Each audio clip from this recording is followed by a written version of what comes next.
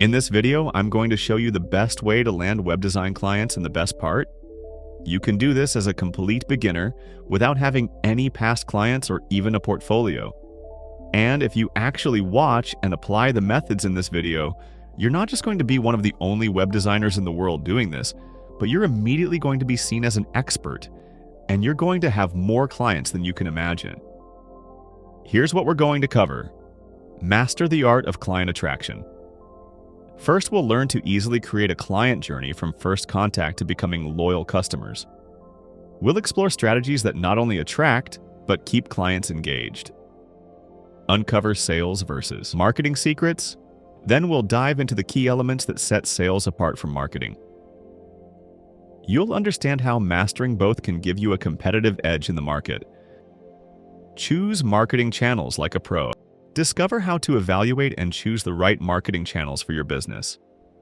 We'll guide you through the benefits and drawbacks to inform your decisions. Discover the secrets of pricing. Unlock the secrets of pricing strategies that align with your business goals. We'll explore various approaches so you can find what works best for you. Master every sales conversations. Get insights into navigating each stage of sales, ensuring you make a strong impression and effectively close deals. From initial contact to final agreement, you'll learn how to succeed. Elevate your outreach game. Learn to develop strong client connections from the initial meeting through ongoing relationship management. We'll show you how to maintain and strengthen these bonds even after the project ends. When you decide which marketing channel you're going to focus on, it's time to start thinking about your sales funnel. So, first things first, what exactly is a sales funnel?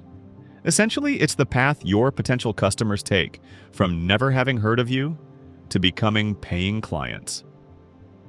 What does this journey entail, and why is this process referred to as a funnel? Imagine a funnel in action. It starts with a large group of people, like those searching online for something specific, say a washing machine. Tons of folks might Google questions like, "What's the best washing machine?" Or, "How much does a washing machine cost?" From this large crowd, only some will click on a specific brand's website. Of those visitors, a smaller number will actually add a product to their cart, and an even tinier fraction will make a purchase. It's like a pyramid that narrows as you move downward, which is why it's called a funnel. Think of pouring liquid into a funnel. There's a lot at the top and just a stream at the bottom. Understanding each step in this funnel is crucial. It helps you track where potential customers are dropping off, so you can address why it's happening. Ensuring each part of your funnel is effective and efficient is key to guiding more people from start to finish. Let's explore an example of how this might look using Instagram as your chosen marketing channel. Picture this. You're creating compelling posts on Instagram. Some people are intrigued enough to visit your Instagram profile. Imagine if 1,000 people check out your post, but not all of them will click through to your profile.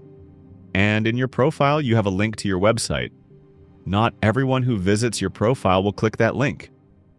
Suppose 30% of those who view your profile actually click on your website link. That means you have a conversion rate of 30% at the profile stage. By analyzing this, you can ask, how can we boost this conversion rate? Perhaps improving your profile will encourage more people to transition from viewing your profile to visiting your website. As people visit your website, you'll find that some visitors are content just reading through the content, absorbing the information at their leisure. But your real goal is to have them take action, specifically to fill out a form specifically designed to capture their interest and details. Imagine this scenario. Out of all your web visitors, 100 decide to fill out your form. What unfolds next? After they hit submit, the ball is in your court. You might choose to follow up with an email or another form of communication, leading to the next pivotal step, getting them on a call with you. This step involves scheduling and eventually conducting phone calls or video conferences. During these conversations, you'll engage with them, addressing their needs and showcasing your value, with the ultimate aim of converting some into clients. Picture this as a foundational example of a sales funnel, although your unique process may be longer or shorter. Your funnel might include additional steps, such as a preliminary meeting after the call or the preparation and sending of a formal proposal. Each of these actions is a vital component of the overall funnel process. Throughout this sequence, it's common to see some prospects dropping off at various stages. This gradual loss of participants highlights the importance of refining your funnel to be as efficient as possible. One strategy is to minimize layers in your funnel. For instance, referring back to our Instagram scenario, consider having a direct link from your Instagram profile to the contact form. This might eliminate the need for them to navigate through your website first, allowing them to book a call with you directly from Instagram itself. By simplifying the funnel, the likelihood of more prospects successfully reaching the call stage increases. However, remember that trust building is a key component of this journey. As you transition into the sales part of the funnel, you want to establish trust with your prospects. A website often plays a crucial role in building this trust, enhancing the chance that potential clients will feel comfortable scheduling a call. It's important to consider and test various approaches. While sometimes the website step is necessary for cultivating trust, in other cases, it might be less essential. Experiment with different funnel designs and strategies to find what resonates best with your audience and meets your business needs effectively. In this video, we will look at the many different ways you can reach clients through marketing and figure out which one suits you best.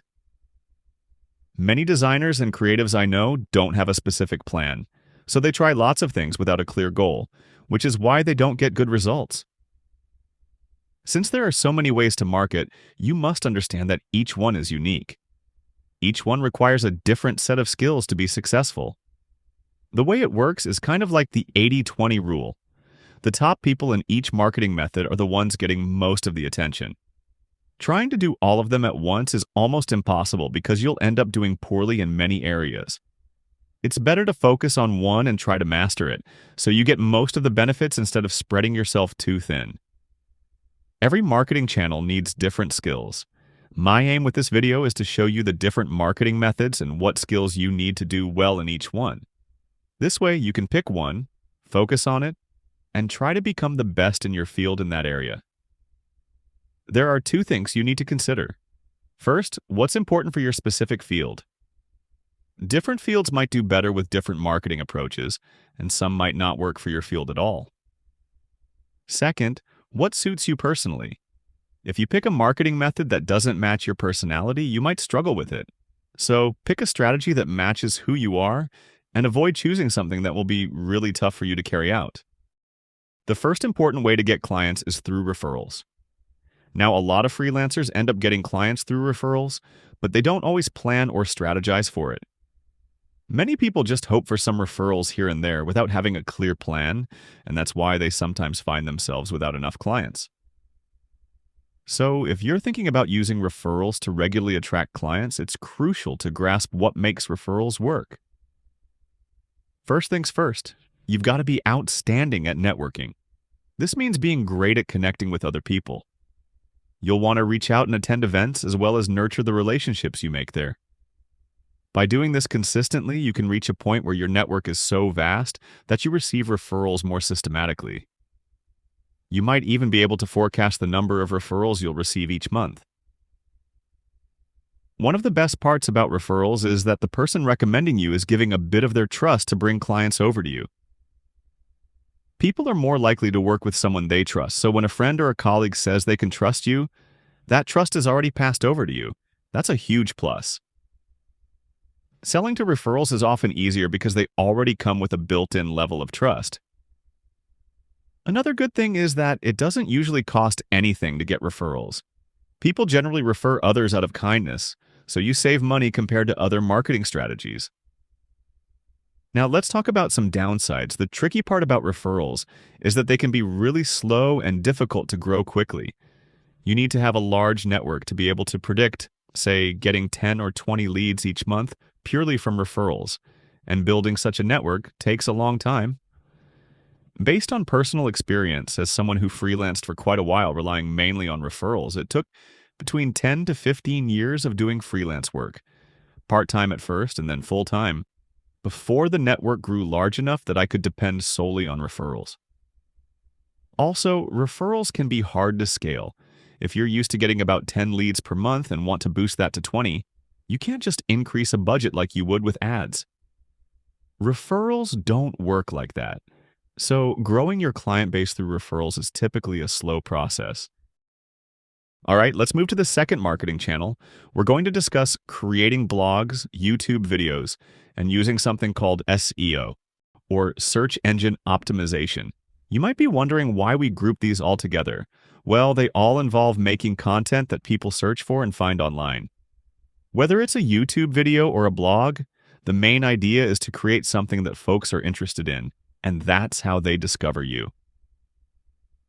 Imagine you decide to make a YouTube channel about branding case studies. When someone types branding case study into YouTube, your video could pop up. They watch it, get to know you, and see what awesome content you have to offer. It's similar with blogs. If you write about something cool, people can find it when they search online. So, how do you become really good at this? First, you have to be a creative content maker. You also need to understand how search engines work to make sure your content shows up when people are looking for it. This is how you win this game. One cool thing is, people tend to see you as an expert when they find your stuff online. It's like seeing someone on TV or reading their article in a newspaper. Now, especially with YouTube, you get to show off who you are. It's not just about expertise, it's about letting people see your personality. When viewers like you or trust you, they want to keep coming back to your content. If you keep making content regularly, they feel like they know you, even if you never talk to them face to face. They'll see your face every time they open YouTube or find your blog in their email. This is good, because you stay fresh in their mind without needing to have direct conversations with them. However, there is a downside. Building this kind of presence takes time. You need to work on your videos or blogs, get good at it, and wait for your work to show up in search results. Plus, you're relying on search engines like Google. If they suddenly change the way they rank content, your views and audience might shrink. So, there's a bit of a challenge because you're depending on how the search engines decide to show your content. All right, let's talk about Instagram and Facebook. I put these two together because they both serve as places where people hang out socially. When people go there, they're not usually thinking about work. Instead, they're catching up with friends or enjoying fun and interesting content. Although sometimes they do see professional stuff, it's not like they're there with work on their mind. But here's the cool part. You can still reach them. You can share things about work or what you do, and they'll discover it. To do really well on Instagram or Facebook, you need to make awesome content. Remember, you're not just competing with work-related posts. You're up against all the interesting stuff people see online. To stand out, you have to create really good content and know how these platforms work. That means learning about hashtags, building an online community, and chatting with people to grow and succeed on these platforms. It's not enough to just post something great. You also have to jump into the comments and talk with others, including influencers. That's how you build your name on the platform. Once people know you and the platform sees how engaged you are, it starts showing your work to more people. What's great about this is almost everyone is on Instagram and Facebook. So no matter what kind of work you do, your clients are probably there looking at content. You can reach out to them, often without spending any money if you do it right. But there's a tricky part too. You have tons of competition. You're not just up against other businesses, you're competing with everything that's entertaining, and your potential clients aren't specifically searching for business stuff. They're just scrolling and enjoying themselves. This makes it a bit challenging because you're trying to get their attention for business reasons while they're in a relaxed mode.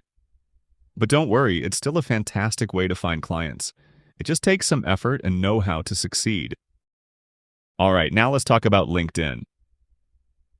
LinkedIn is sort of like Facebook and Instagram because it's also a place where people share content, but here it's all about business. To do well on LinkedIn, you need good content, but the good news is there's less competition. This means your content doesn't have to be perfect. It just needs to be good. Also, having a well-prepared profile with a professional photo and a clear description is important. If your profile shows off your skills well, you can succeed on LinkedIn. You should learn how LinkedIn works, like how to make sure people see your content and how to connect with others without seeming spammy. The nice thing about LinkedIn is that your potential clients are already using it, so it's easier to find the right people. There are lots of groups and great filtering options to help you figure out what content to make and who to contact. But remember, reaching out must be done properly so you don't come off like spam. Many miss the mark here by sending too many messages without context. The next marketing method for designers, Dribble and Behance. These sites are used a lot to find clients, but to really shine here, you need to have a fantastic portfolio. Your profile needs some interaction because clients often look at your followers or likes to decide if they want to work with you. You need to think about how to rank in searches, like if someone checks your local area, would they find you easily? Make your profile appealing to clients by having interesting activity. The great thing about Dribble and Behance is that clients here are looking to hire creative people. They are in the right mindset for hiring. However, there is a big challenge. There's a lot of competition from super talented people, and some have been on the site for a long time and have become famous. They have lots of followers, whether they're amazing or not. These top profiles usually get the most jobs, like that top 20% of profiles getting 80% of the work. If you're not among the top profiles, it can be really tough to break in, and it might not be worth the effort. It's not impossible, but it's hard work on this platform. All right, let's talk about events. Events are a great way to meet people in person, and when you do, you need to be really good at talking to them and making connections. It's a lot like getting referrals from people you know. Meeting face-to-face helps build trust super quickly, which is awesome. If you're someone who feels comfortable and confident around others, then that's a big plus for you at events. Many designers and creatives might be shy and prefer staying behind their computers all day, so not that many people go to events. This means there's less competition for you. It's especially true if you attend events outside of design, like tech, health, or real estate events. You might be the only creative there, ready to offer your design skills, which makes you stand out even more. However, there's a challenge with events. Going to events can be tough because it costs money and sometimes you need to travel. But because not many people want to do it, you might find success there. In the future, events might change a bit with online options, so it's interesting to watch how these might help you connect with others before everybody else figures out how to do it well.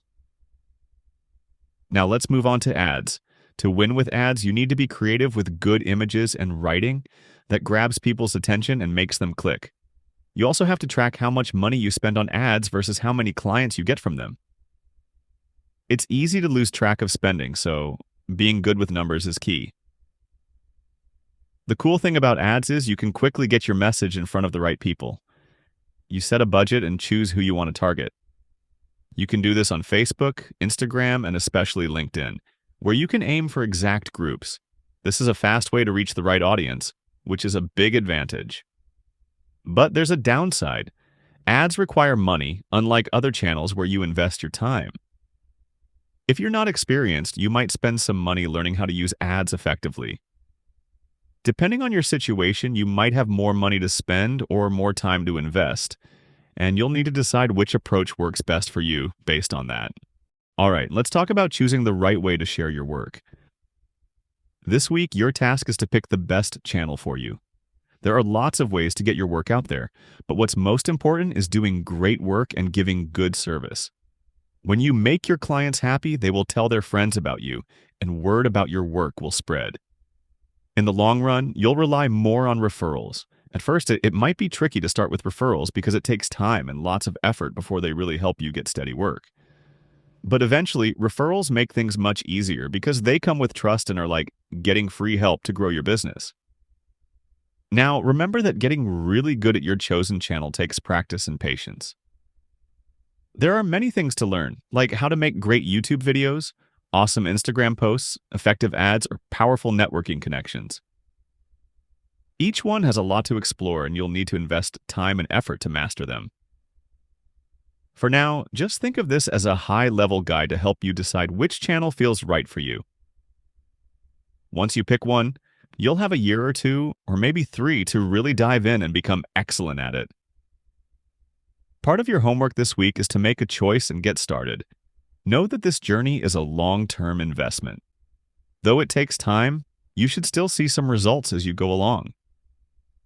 Watch for signs that show your chosen channel is working for you. It could be slow progress, but it will show potential if it's the right fit. Also, it's important to choose something that matches your personality. If you find yourself avoiding the work, maybe try a different channel. For example, I found ads weren't right for me, but I enjoy creating content and working with people.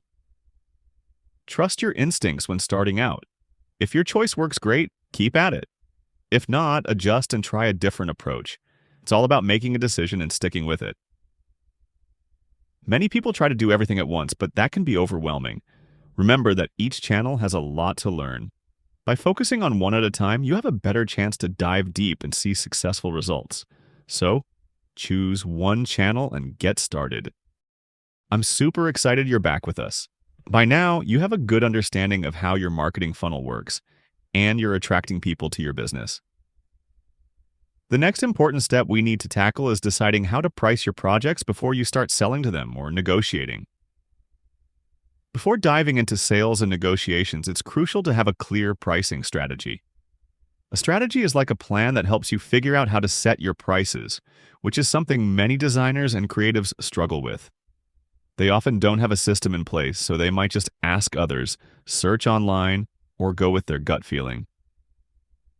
This week, I'm here to help you by giving you a structure and plan to think about your project pricing. We'll talk about different strategies that can help, and you might switch between these strategies depending on what's happening in your business. Just like in life and business, there isn't a single solution that works for everyone. You'll find a lot of online advice telling you to use something called value pricing, but that might not fit your needs right now. We'll look at different strategies and learn how to adjust them based on your unique situation and business stage. But before we dive into these strategies, there are two things you need to do as part of your homework this week. You need two pieces of information to set your prices. First, you need to understand the price range in your market, which means knowing what others are charging. This varies in different places and industries. Prices can be different across countries, states, and even cities, so you can't just pick a price without knowing what your client's other options are. Having a sense of what others charge helps you make better decisions. Second, you need to understand your own cost structure. This means knowing how much money you need to make to cover your expenses. If a project costs $1,000 and that's the market price, you might think it's a good deal. But if $1,000 isn't enough for you to pay your rent, then it won't work for your business long term. Both the market price and your own costs are important to consider. To find out the price range in your area, start by talking to colleagues. This will help you gather important information and build your network. One of the awesome things about this course is the community you get to be a part of. Make sure you talk to people in your area and those who work in similar fields as you. Start building friendships and ask them about their prices for different projects. You can also use Google to find out the average hourly rates for designers, web developers, or whatever job you're doing in your location. Although this info might change and isn't always super precise, it gives you a rough estimate to start with. The best and most accurate way to learn is by getting proposals directly from your competitors. You can have someone pretend to be a client and ask for price quotes, or sometimes businesses post their prices on their website. Digging around can really help. I did this myself. One time, my friend who worked for a startup needed branding and a new website. Their startup asked lots of agencies for proposals. My friend kindly shared those proposals with me, giving me a peek into what competitors were charging. This was really helpful for gaining insights, so think creatively about how you can gather this information. Some students in our class have tried these methods, and it was very valuable for them. Now let's talk about understanding your costs. You'll need to list all your expenses carefully. This includes whether you work from home or an office space, the salary you pay to staff, subscription fees, and payments for your equipment. You need to figure out what your break-even rate is. The break-even rate means figuring out how much you need to earn during a project to cover all expenses, pay yourself, and not lose money. For example, if you think a project will take you 50 hours, you need to calculate how much money you need in those 50 hours to cover everything. Let's talk about the first strategy called penetration pricing. This is when you set your prices lower than the usual market rates. So if a project typically costs $1,000, you might charge $800 instead. Because your price is lower, lots of clients will likely want to work with you. The point of this strategy is to help you build your project portfolio and gather testimonials, so you can make a name for yourself in a new market. It doesn't matter how much experience you have, even if it's 10 years. When you enter a new area or niche and you don't have any work samples or testimonials for that area, penetration pricing is a way to start. Many designers and creatives do this without even realizing it, just to get more clients by being less expensive. But it's crucial to remember that this is not a long-term plan. It's a strategy to help you gather your first few projects and testimonials, and then switch to a different pricing plan. Here's a common mistake people make. They stick to this strategy for too long and end up getting known as the cheap option, which isn't good for business. You want to use this strategy smartly to help you move forward. So, how do you go about doing this? First, you start by researching what the market prices are, which we talked about earlier, and then set your prices slightly lower. Once you do this, explain to your clients why your price is lower. Tell them they're getting a special discount because you are new to this particular market. This way, you achieve two things. First, you show that the actual value of your work is higher, and second, you set a baseline to change your prices later. This helps you communicate that your work is worth more than the discount they're getting right now. You can tell them that your work is actually worth a lot more. This helps them understand that you're giving a special deal, and you're not going to keep these low prices forever. Right now, you're giving a discount on purpose, so they get the benefit of a cheaper price. Another important step is setting a clear time to stop using this strategy. Think about finishing it once you've gathered 3 or 4 pieces of work for your portfolio and have some client testimonials. Let your clients know they were lucky to work with you while you were in this lower price phase of entering a new market. Tell them not to expect the same low prices if they hire you again or if they refer you to others. This way, you're not seen as a cheap option for too long. Be aware that you might not make much money during this time. For example, if you need $2,000 to cover your costs but charge only $800, you're not breaking even. This is okay for the short term. Use this pricing strategy to give yourself an advantage in a new market or area. But remember, do this strategy only for a while and plan for it. The next strategy we're going to learn about is called cost-based pricing. This strategy is very popular, maybe the most popular after the penetration pricing. It's because it makes sense and is pretty easy to do. Many agencies use this method. Here's how it works. You first figure out how much it costs you to do a project. Then you add some extra money on top for profit, since you'll need to make money to keep the business going. This gives you a formula to help decide the project's price. Let me show you an example of how you can do this. Imagine you're working on a project and you have calculated that a designer, which could be you or someone you hire, needs to spend 50 hours to complete it. If the going rate for the designer is $30 an hour, the total cost for this will be $1,500. Now, if you also need an illustrator for this project and they need to work for 10 hours at $20 an hour, you'll add an extra $200. If you need to print something like business cards and the cost of printing is a fixed $400, you'd include that as well. Also, don't forget to add costs for management tasks like calling the clients, attending meetings, presentations, and traveling. Let's say that adds $300 more to the total. Let's assume the subtotal here is $2,410. Then we add a 15% profit, which is an average profit margin for design agencies. So the total amount would be about $2,760. Making these calculations is straightforward. Later on, we'll use something like a calculator to help us understand project costs when we learn more about finance and business processes. One last thing, let's talk about profit. Many people might skip adding profit, feel unsure about including it, or even feel bad telling clients they have a profit margin. But it's important because every business needs to earn a profit to keep going and be successful. If your business isn't making money, it faces risks. Without profit, you can't save for emergencies or unexpected situations, and if you don't earn profit, your business might not last long. As someone starting your own business, you're taking risks, and profit is like the reward for those risks. This means you really deserve it. Remember, your clients also include profits when they price their services. Your clients want you to succeed because they depend on you. They want you to be around to help them in the future, right? They'd be concerned if you were at risk of closing down. Some designers might feel uncomfortable or think it's wrong to add profit to their prices. But you need to see that adding profit is just a normal part of doing business. It's essential if you plan to run your business for a long time. When using the cost-based pricing strategy, you might determine that your break-even rate is, say, $250 per hour. If it takes you 100 hours to finish a project, you would think of charging $25,000. However, the price you set should match what people are willing to pay and the value they receive.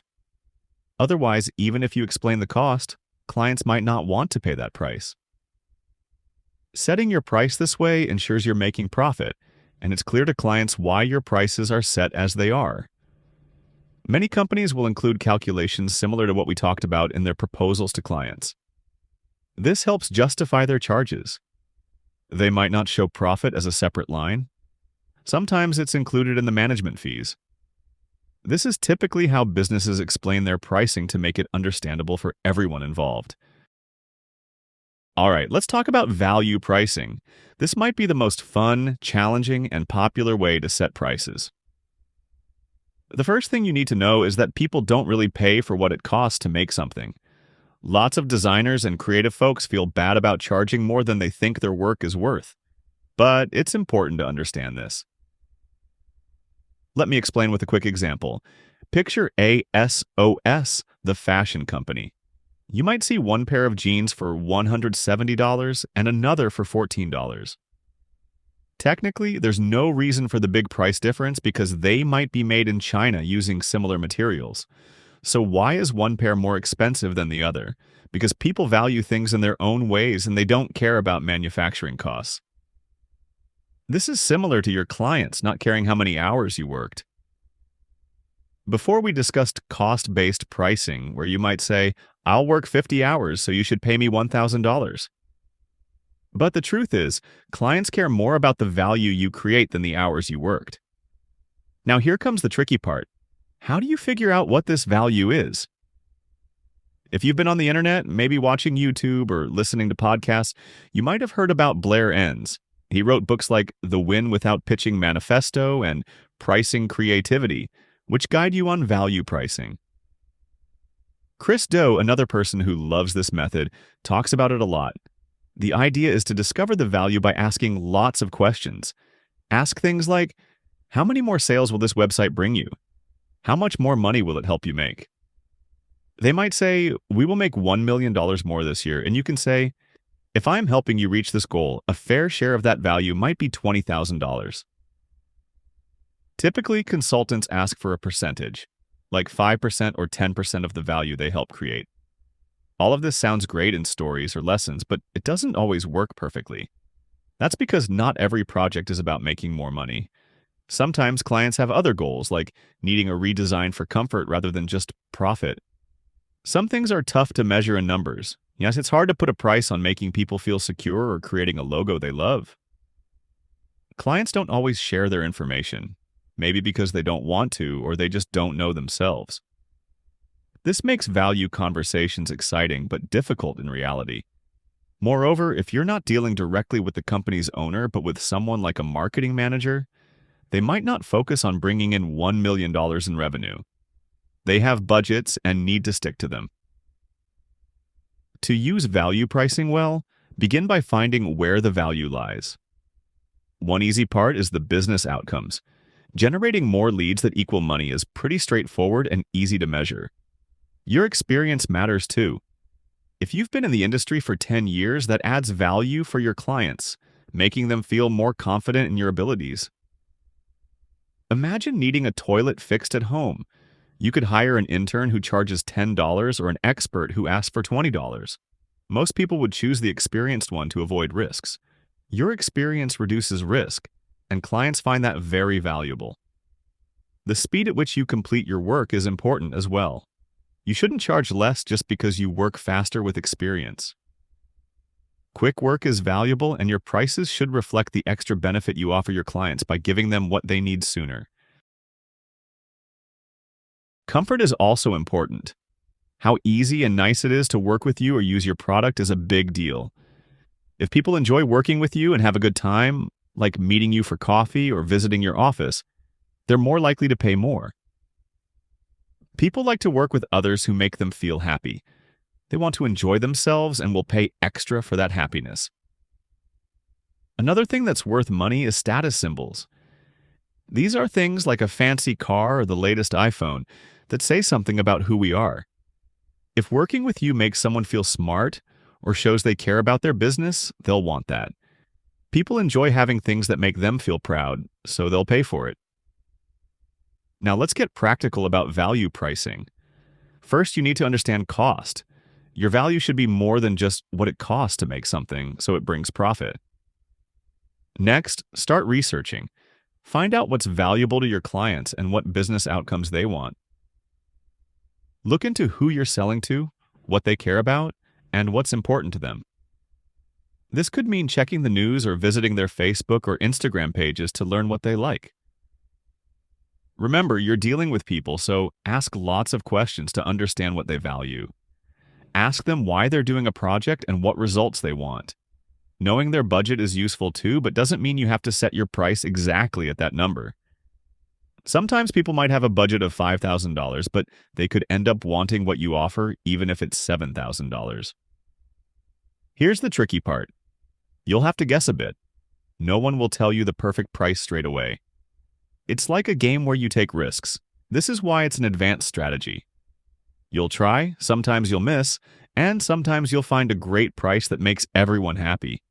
There are tricks to make the price look more appealing, like using anchors. An anchor is something you mention to set a high bar in their mind.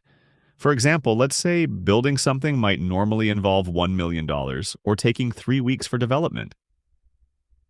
By mentioning this, you set a high expectation, which makes your actual price look smaller in comparison. At first, you might not want to set your price too high, but once you see how happy clients are and how your work provides value to them, you'll grow more confident about charging more in the future. The more you do it, the more sure you'll be about the value of your work. Keep in mind that value changes. It's a bit like a graph of Apple stock. It goes up and down because what people find valuable changes. Each client and market situation is different, so your price may vary. Remember, this strategy isn't fixed. Even though it can be a bit scary, it's a way to become more profitable. As you get better and more efficient over time, your costs drop, but the value you offer increases. You don't want to stick with a cost strategy as you gain experience because you'd miss out on potential earnings. So even though it's challenging and there's no one right answer, aim to go beyond just covering costs and focus on value pricing. Lastly, let's talk about something really important that applies to any pricing strategy you pick, and that is price packaging. Here's the thing. People naturally like to have options and make comparisons. If you show them just one price for your service, they might feel the urge to check out other proposals from different people. However, when you present them with several pricing options, it becomes like what you see with almost every subscription service online. Having different price choices right in front of them can make them feel like they don't need to search for alternatives elsewhere. This approach does two key things for you. First, it might reduce your client's desire to find other service providers or different proposals because they already have a variety of choices in front of them. Second, it helps introduce different price points to them, which can guide them toward the price you'd prefer they choose. Let me show you an example.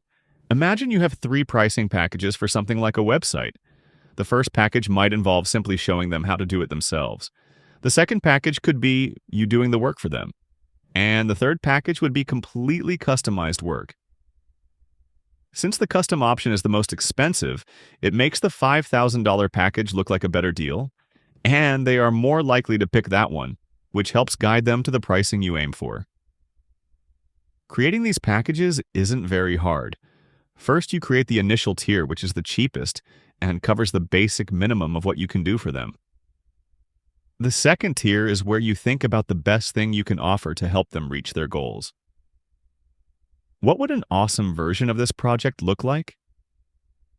For the third tier, you bring in ideas they didn't even ask for but might be beneficial for them. For instance, if they're interested in branding, you might offer them standard branding in the first two tiers. But for the third tier, you could propose something extra, like producing t-shirts with their new logo for their employees. They didn't ask for this, but it's easy for you to do and you can charge a premium. Even if they don't choose the expensive package, its presence makes the second tier, which might be the one you really want to sell, look more attractive. This method is helpful regardless of which pricing strategy you choose to use. Welcome to the Sales and Negotiation module.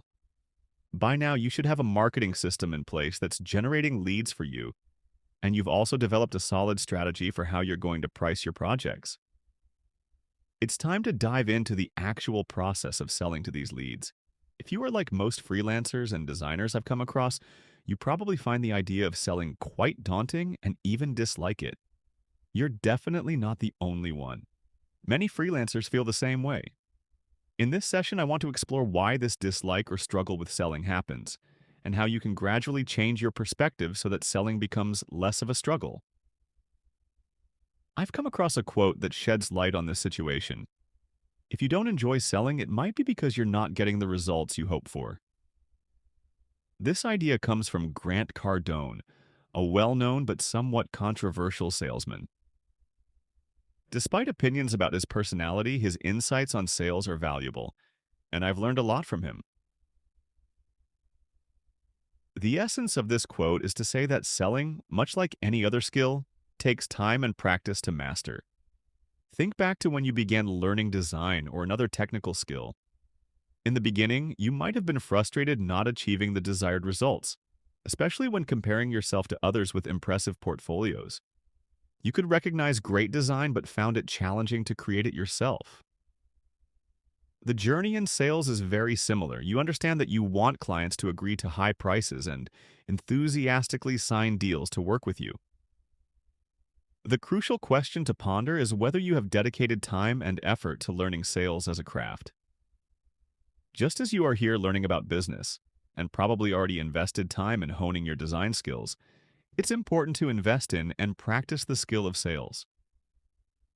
Often, the lack of desired results comes from not having enough knowledge and practice in this area. I want you to change your mindset and view sales as a craft that requires dedication and practice. As you begin learning and applying the knowledge I'll share, emphasizing the framework and techniques, you will start practicing and gradually see improvements. Eventually, as you begin to achieve the results you desire, you may even start to enjoy the process. I must admit, I have grown to love selling and closing deals with clients because it excites me to see clients eager to work with me. I hope that by engaging with this content and applying the knowledge and tips you'll learn this week, you will be on your way to appreciating and even loving the sales aspect of your work. One strategy to make your sales journey smoother is by building high trust with potential clients even before the actual sales process begins. With strong trust, people are more likely to buy from you.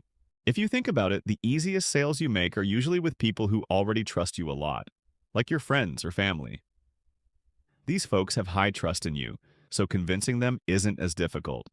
However, with other people where trust isn't naturally as high, you need to convince them more actively.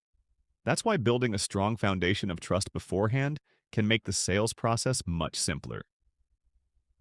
As we prepare to dive into sales strategies in the next video, let's focus on some practical steps you can take before you even start selling. First off, you should embed trust elements into your website.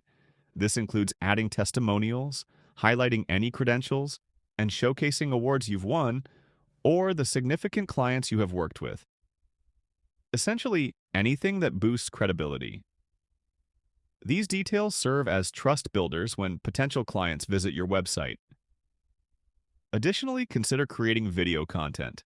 While you can write content, video is particularly effective because it allows people to see you, hear you, and get a feel for your personality and how you communicate.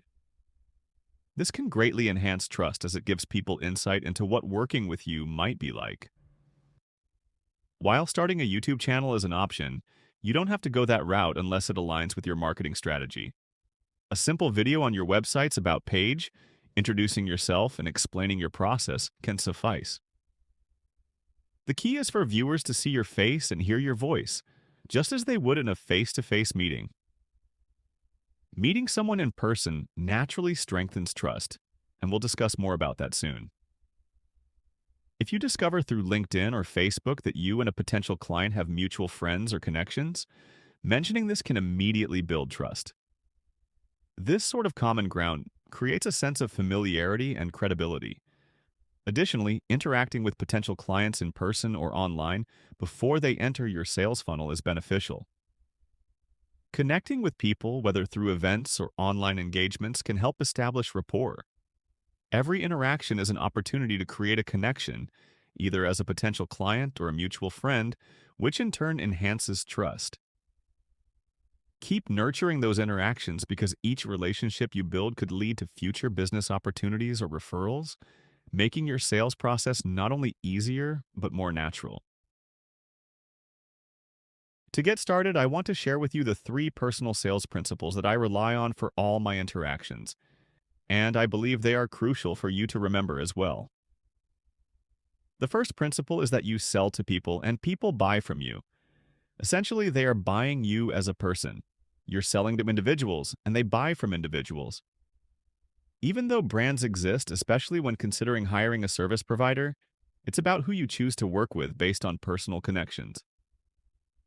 Remember, it's all about the human aspect. What does this mean for you? It means you should see your prospect as a whole person, not just a source of money or simply a project. They represent more than a business. They are real people with hopes, dreams, fears, and families. Like everyone, they tend to make purchases emotionally and then justify them with logic. As the saying goes, people buy with emotion and justify with logic. Recognize that their emotions stem from them being people.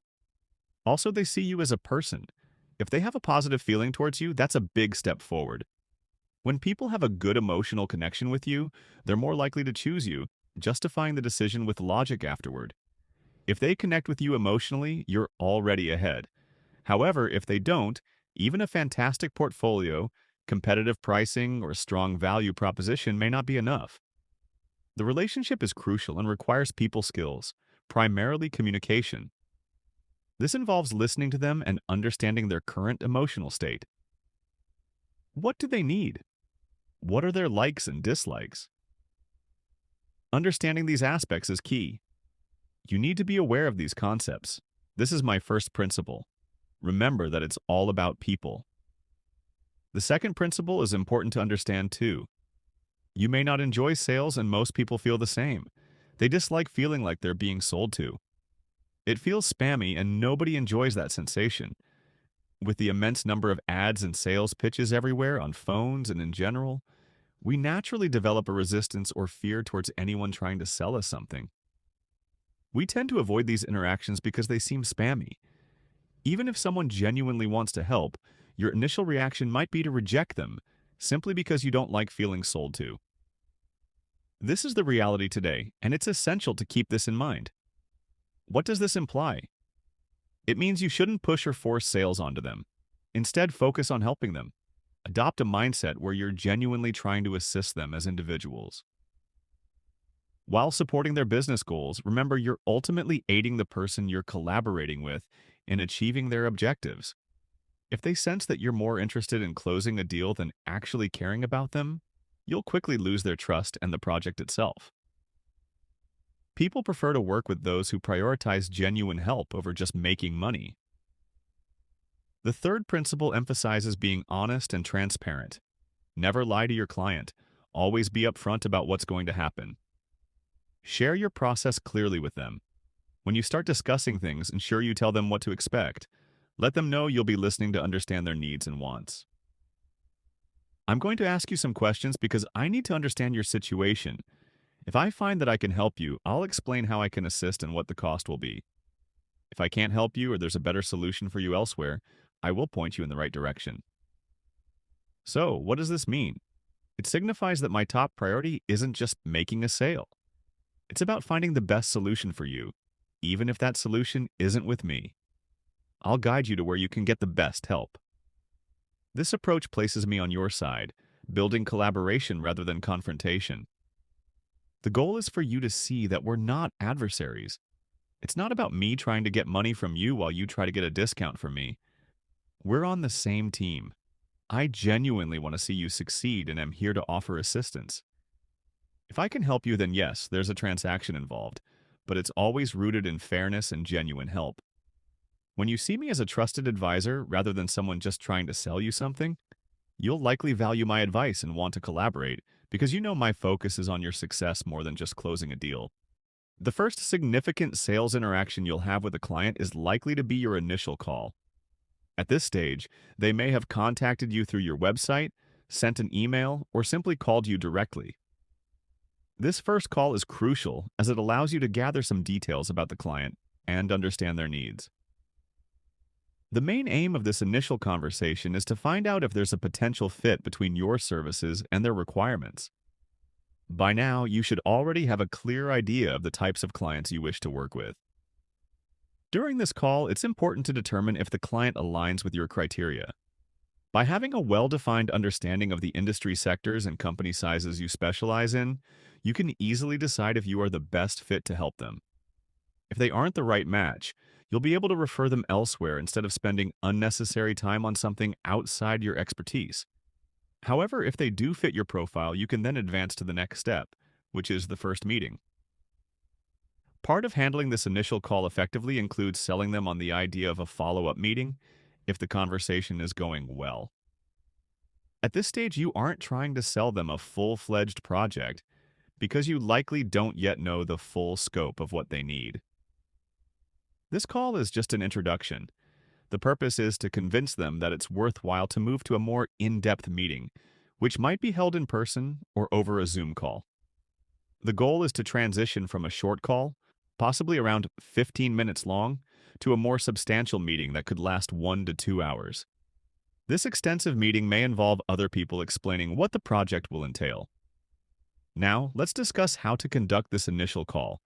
Start by asking them to tell you about their company. For instance, you might say, "Please tell me about your company and the situation you're in." This inquiry should cover aspects like the size of the company, the industry they're in, and how long they've been in business. Discovering why they reached out to you is also vital.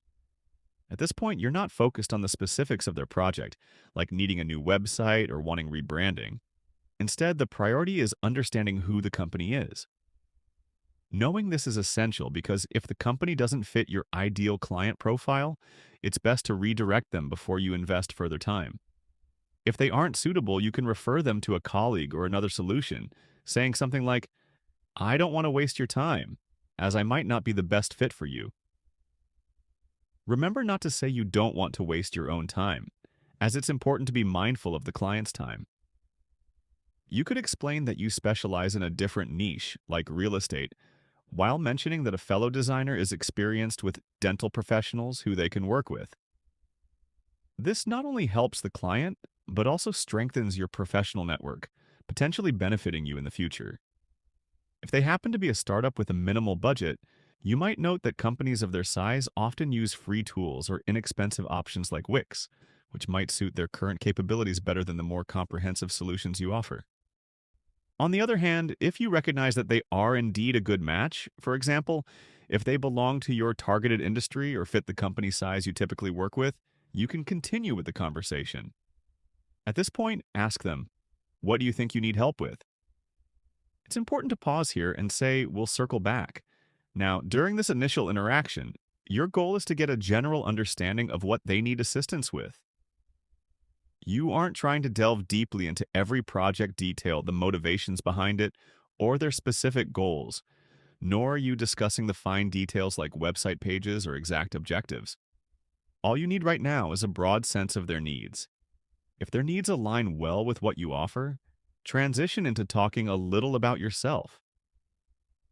At this juncture, discuss your approach as I mentioned in an earlier session. You might say something like, "Let me share a bit about my background, and then we can schedule a detailed call or meeting to explore your problem more. If I can assist, I'll prepare a proposal and we can proceed if you're happy with it. Otherwise, I'm happy to refer you to someone who can help." Does that sound agreeable? By setting this up, you're letting them know the steps between this call and reaching a potential solution or closing a deal. Often they might ask questions like, "Could you tell me a bit more about your experience?" This is your chance to highlight your experience, processes, and areas of expertise while tailoring your discussion to their specific needs. Since you now understand that they are interested in branding, as they mentioned, needing help in that area, and you know their industry, you can reference a similar project you've completed. You might say, "We recently completed a successful project for a client in your industry, but from a different location, and it took about 3 months to finish." Typically, projects like these start at around $10,000. It's important to give them an idea of pricing now to ensure it aligns with their expectations before investing further time. By the end of this call, ideally, they will be interested in scheduling a more comprehensive meeting to tackle their problem more deeply, leading you both into the next phase, which is the first substantial meeting. The first meeting is really the most important part of the whole process of selling. It's the most exciting time because you get to sit down and learn about what the project needs. I love these first meetings because you discover the real problems and goals. The purpose of the first meeting is to truly understand what needs fixing and see if you can help with a solution. Let me give you a way to think about matching problems with solutions. I'll tell you a story that will help explain it. Imagine you need to travel from point A to point B. There are lots of ways to do this, right? You can walk, ride a bike, take a taxi, or fly on a plane. And there are even more choices, like flying economy or business class, or taking a private jet. There are many options, but how do you pick the right one? Here are some things to think about. First, how far is it? If it's only 100 meters from home, walking is easy and quick. Second, think about what you like. Maybe you love riding your bike to work every day because it's fun, even if driving might be faster. Other people might prefer cars because they like the privacy, so your choice depends a lot on what you like individually. No type of transport is necessarily the best. It just depends on the person's taste. The third thing to think about is how urgent it is to get there. Normally, I might like riding my bike or taking an economy flight, but if there's an emergency, like my son getting hurt and needing to get to the hospital fast, I'd change my choice. I'd do anything necessary to get there quickly, even if it means flying on a helicopter. The urgency changes what I'm willing to do and spend. These are the three things to consider before picking the best way to get from point A to point B: distance, personal preferences, and urgency. Now, let's see how this relates to helping clients. We're trying to figure out their goals and where they want to go in the future. During the first meeting, we'll try to understand their goals. What are they aiming to create?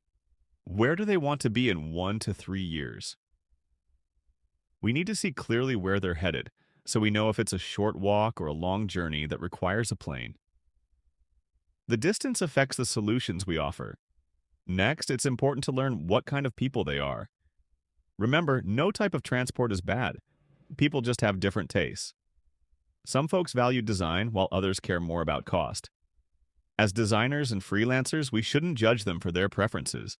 Everyone has their opinions and needs. They might not choose you, but that's okay. Understanding what type of people they are is key during the first meeting. Finally, look at what they've done before, because what people did in the past often indicates what they might do in the future.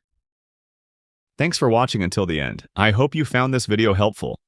If you're eager to learn more about framing and designing websites, I invite you to join my free community.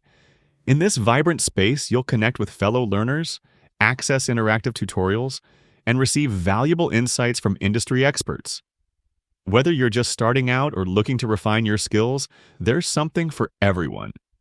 Don't miss this chance to enhance your web design journey.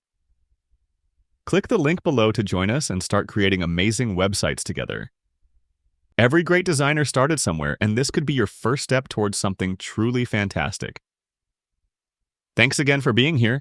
Don't forget to like, subscribe, and hit that notification bell so you never miss an update. Until next time, keep creating and stay inspired. And one more thing, I'd love to hear from you. What topics are you most interested in? Are there specific challenges you're facing in your web design journey? Your feedback is invaluable, and I want to create content that truly resonates with you. So drop your thoughts in the comments section below. Also, if you have friends who are passionate about web design, share this video with them and invite them to join our community too. The more the merrier. Thank you again for your support, and I can't wait to see you in the community.